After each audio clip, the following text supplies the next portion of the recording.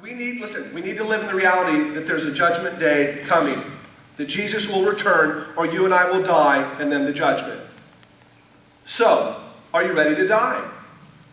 Are you ready to die?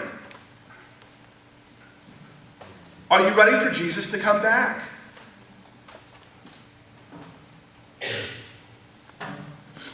Are you ready for him to judge you at the judgment? Now, if you're a believer, that should be like, yeah.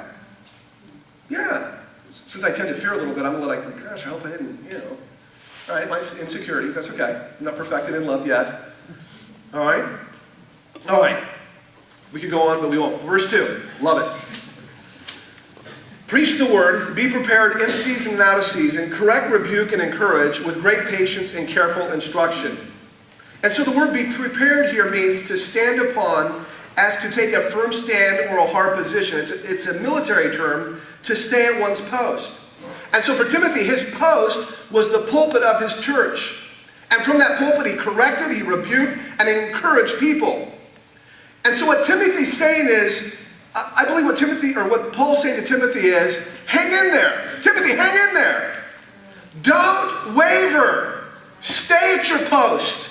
Things will always be like this. And some of you this morning, what you need to take away from this morning is, things will not always be the way they are.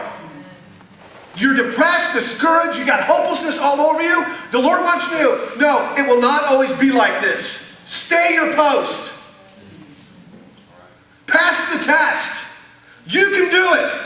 See, Paul, on the doorstep of eternity, is still investing in Timothy. What a stud. Amazing. I'm impressed. So, there's Paul in the bell lap, like that little track analogy, in the bell lap of his life, still parenting his son in the faith. And then he says, in season and out of season. In season means good times, happy times, pleasing times. Out of season means bad times.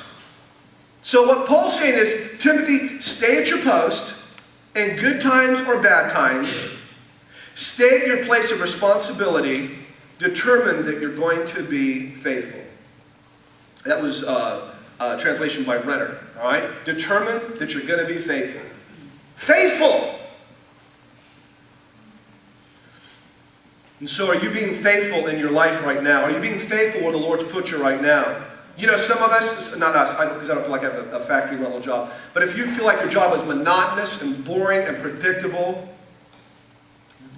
there's eternal purpose in that. Some of you guys in high school, some of you high schoolers got senioritis as a freshman. All right?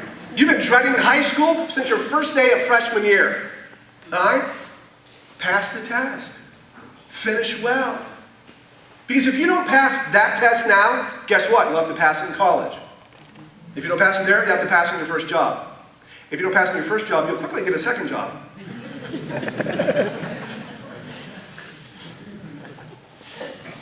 So, no matter what you're going through, good times or bad times, be faithful in the net.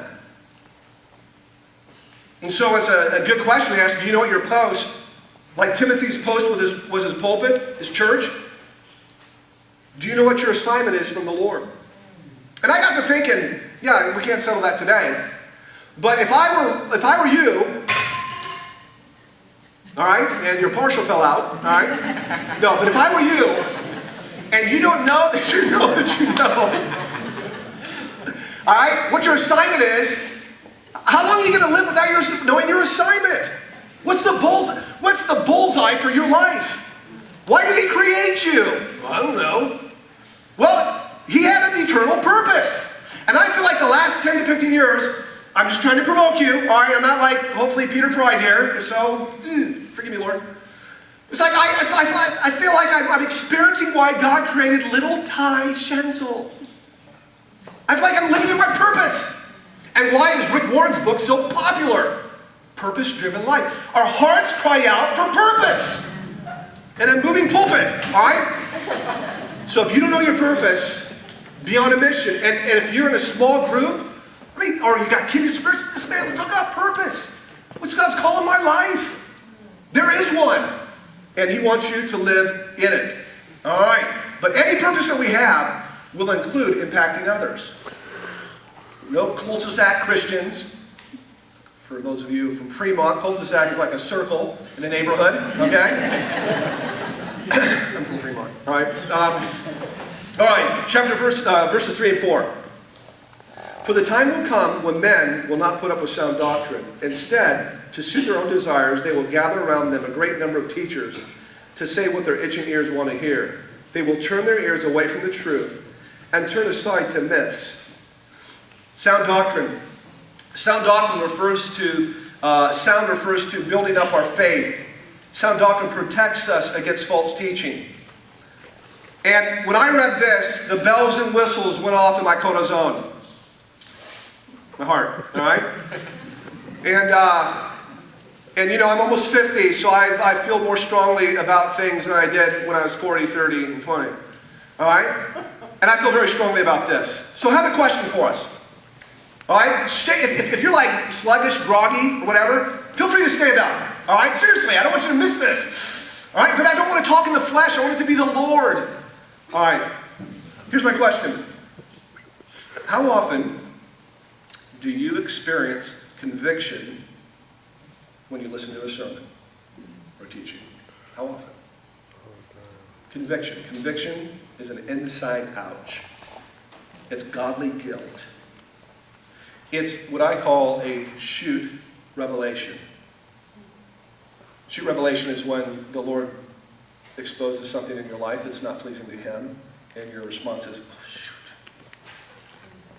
When was the last time?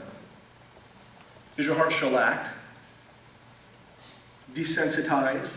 Have you loved the world and the cares of the world and the enemy of your soul that inject spiritual Novocaine into your heart and you don't feel anymore like you used to? Conviction is a good thing. Condemnation is the thing of the devil. Condemnation from the enemy is like, shame on you. Bad person. You're not valued. You loser. That's condemnation. You're going to be failed. You're going to go to hell. That's condemnation. Conviction is sweet. It's entreating. It's full of love. It's gentle. That's conviction. So conviction is a good thing. Conviction removes the barriers to intimacy with the Lord. So one of the best ways to facilitate conviction is the law.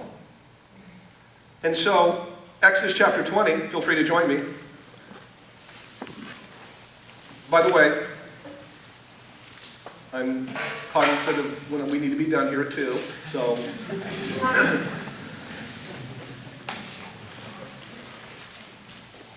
Paul said through the law comes the knowledge of sin. So let's talk about a couple commandments. Young people, have you recently disobeyed, dishonored, or disrespected your mom or your dad? Now, my opinion is that's like the smart bomb. Some of you are too young for the smart bomb analogy. When the new arcade games came out, if you're really bad at an arcade, you get the smart bomb. We got 3. It blew everything up and you were safe. To me, smart bomb. Everybody has disobeyed, disrespected, dishonored their mom or dad. If you still live at home, you probably did it within the last 24 hours.